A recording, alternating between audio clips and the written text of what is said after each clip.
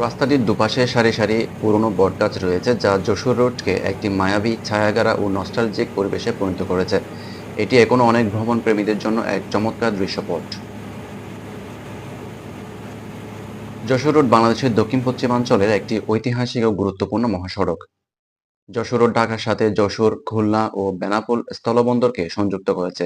এটি জাতীয় মহাসড়ক N7 এর অংশ, যা বাংলাদেশের অন্যতম ব্যস্ততম ও এক প্রাচীনতম রাস্তাগুলোর একটি। ১৯৭১ সালে মুক্তিযুদ্ধের সময় এই সড়ক দিয়ে অসংখ্য শরণার্থী ভারতে প্রবেশ করেছিল। পরবর্তীতে আমেরিকান কবি অ্যালেন গিন্সবার্গ তার বিখ্যাত কবিতা সেপ্টেম্বর অন যশোর রোড লিখেছিলেন, যেখানে তিনি শরণার্থীদের দুঃখ কষ্টের বর্ণনা দিয়েছেন।